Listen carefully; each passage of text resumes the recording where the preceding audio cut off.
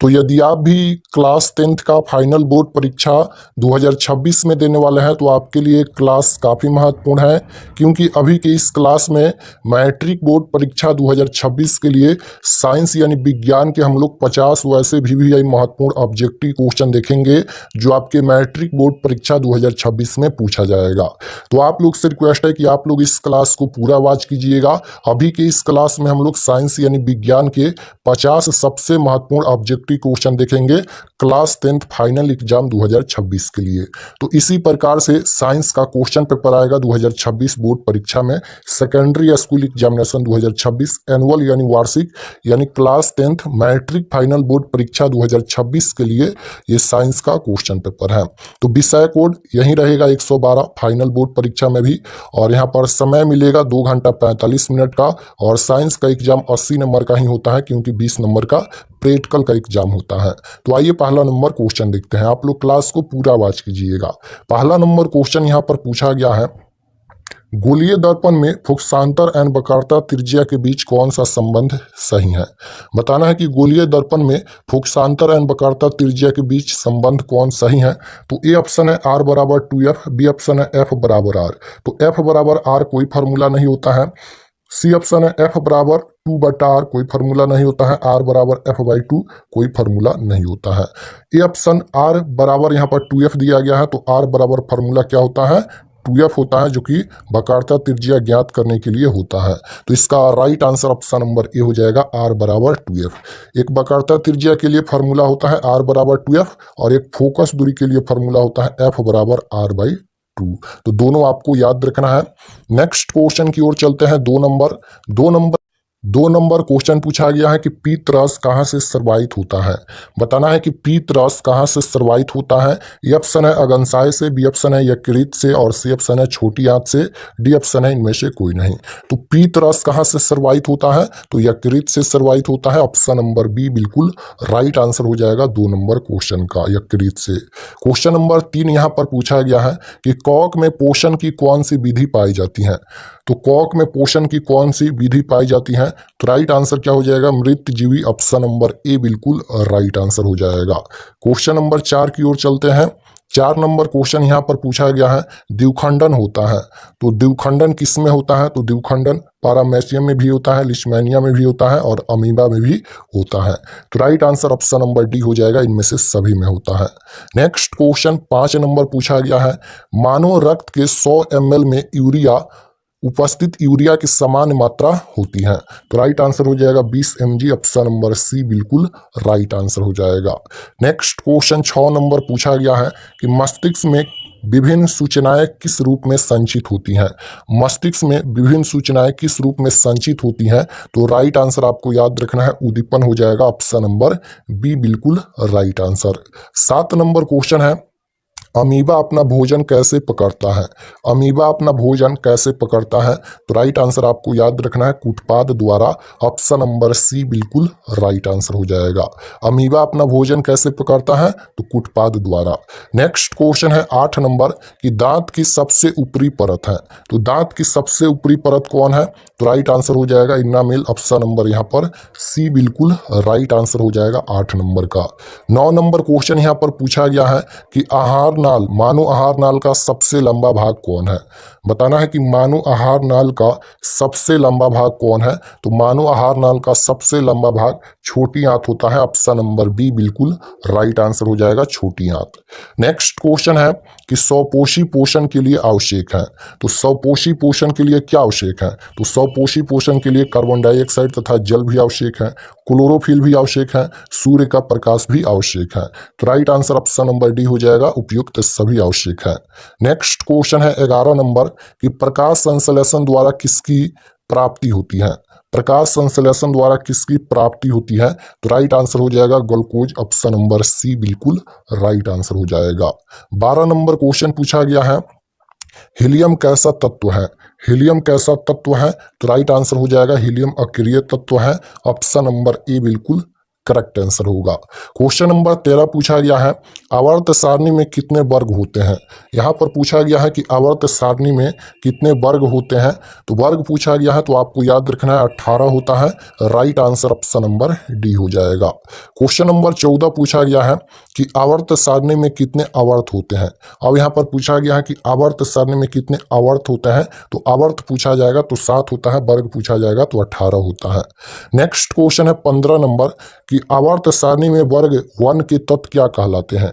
तो आवर्त सारणी में वर्ग 1 के तत्व क्षार धातुएं कहलाते हैं। ऑप्शन नंबर यहाँ पर बी होना चाहिए, सी लिखा गया है। तो आपको याद रखना है क्षार धातुएं कहलाते हैं। नेक्स्ट क्वेश्चन 16 नंबर क्वेश्चन पूछा गया है कि आवर्त सारणी में दाईं ओर रखे गए तत्व क्या कहलाते हैं।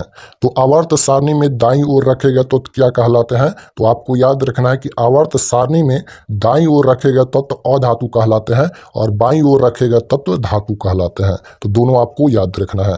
तो आवर्त सारणी में दाईं ओर रखे गए तत्व क्या कहलाते हैं, अधातु कहलाते हैं, जिसे हम लोग पी ब्लॉक के तत्व के नाम से जानते हैं। यानी आवर्त सारणी में दाईं ओर रखे गए तत्व पी ब्लॉक के तत्व भी होते हैं। जैसे उदाहरण के लिए कार्बन, नाइट्रोजन, ऑक्सीजन, ये अधातु ही है। तो right answer option number B हो जाएगा। नेक्स्ट क्वेश्चन है 17 नंबर कि निम्न में कौन सा उत्कृष्ट तत्व है। निम्न में कौन सा उत्कृष्ट तत्व है। तो आर्गन यहाँ पर उत्कृष्ट तत्व है। ऑप्शन नंबर सी बिल्कुल राइट आंसर हो जाएगा। नेक्स्ट क्वेश्चन है कि हीलियम परमाणु की बाहरी कक्षा में कितने इलेक्ट्रॉन रहते हैं। तो हीलियम परमाणु की बाहरी कक्षा में कितने इलेक्ट्रॉन रहते हैं। तो 2 आपको याद रखना है। ऑप्शन नंबर बी बिल्कुल राइट आंसर हो जाएगा।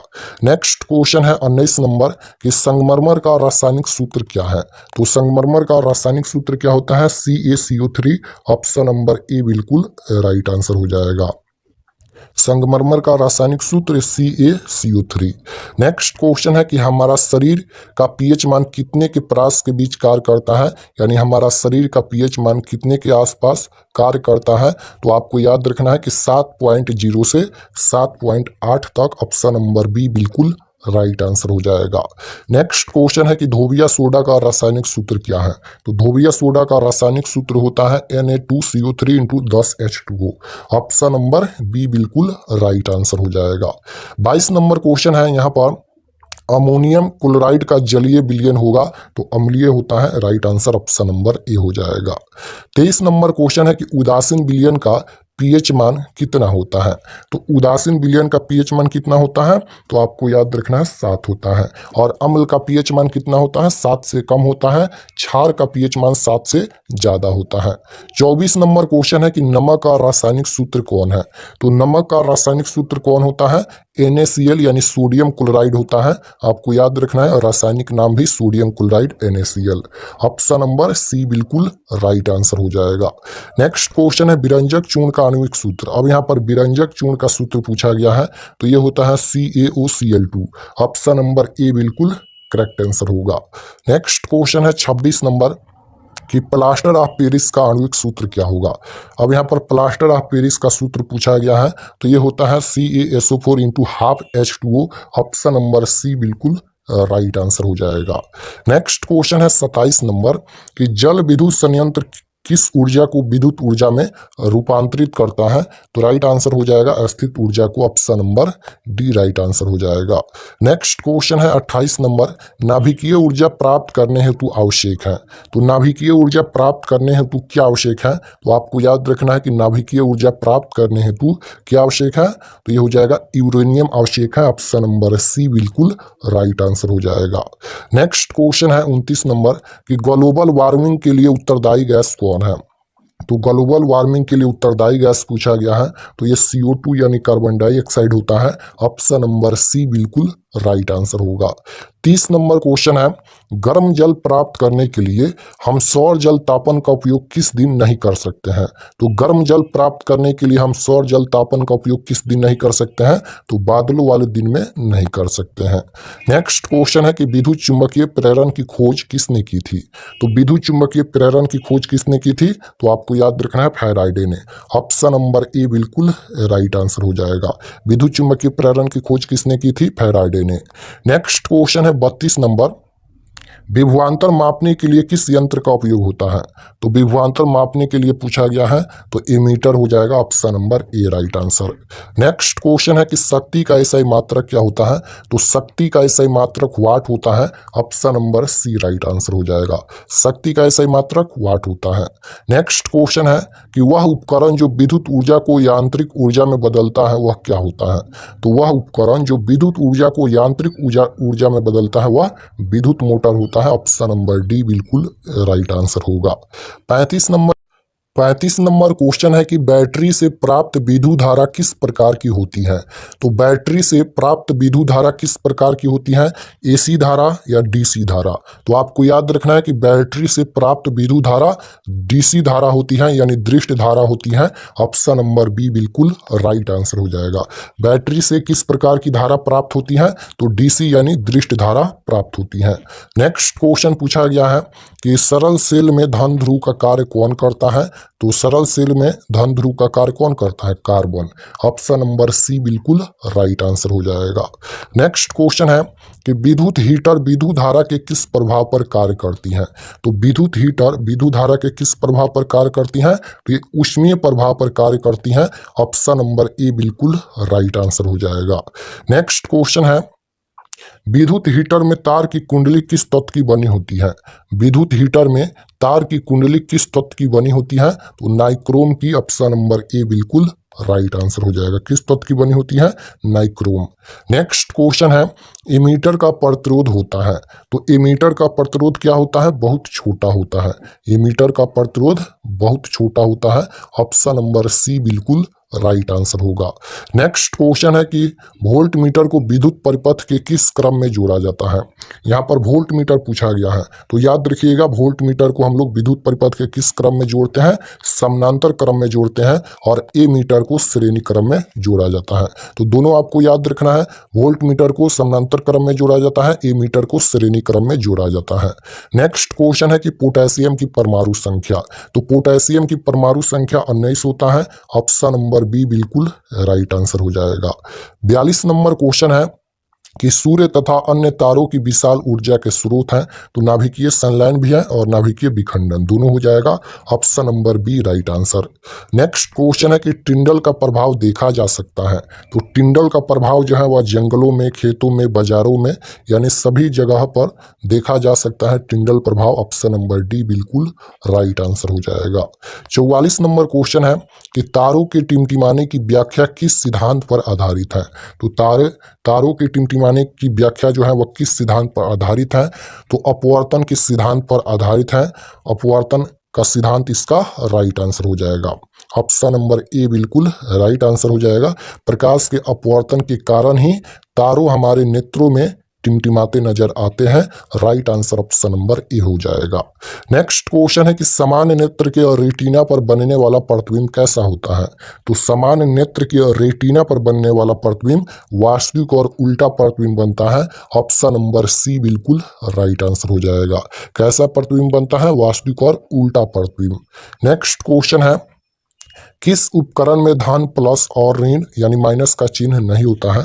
तो ये हो जाएगा कुंडली में नहीं होता है, option number C right answer. Next question है कि विद्युत चुंबकीय प्रेरक की खोज यानी प्रेरण की खोज होना चाहिए, तो विद्युत चुंबकीय प्रेरण की खोज किसने की थी? तो राइट आंसर हो जाएगा यहाँ पर फैराडे ने, option number A right answer. Next question है कि एक उत्तल लेंस होता है, तो एक उत्तल लेंस होता है किनारे की अपेक्षा बीच में मोटा, यानी यहाँ पर किनारे का भाग पतला बीच में मोटा होता है, right answer option number C हो जाएगा। और अवतल में पूछा जाता तो किनारे की भाग पतला होता है और यहाँ पर किनारे का भाग मोटा होता है और बीच में पतला होता है, लेकिन उत्तल में पूछा गया है उत्तल लेंस में तो किनारे की अपेक्षा यानी किनारे का भाग जो होता है वो पतला होता है और बीच में मोटा होता है।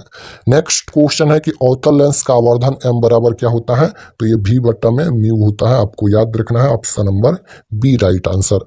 50 नंबर क्वेश्चन है कि सामान्य अनुशीतलन रक्तदाब होता है, बताना है यहाँ पर समान अनुशीतलन रक्तदाब क्या होता है? तो ये 80 mmHg होता है। ऑप्शन नंबर ए बिल्कुल राइट आंसर हो जाएगा, 80 mm। तो यहाँ पर हम लोग साइंस के टोटल 50 VVI महत्वपूर्ण ऑब्जेक्टिव क्वेश्चन देखे हैं मैट्रिक बोर्ड परीक्षा 2026 के लिए।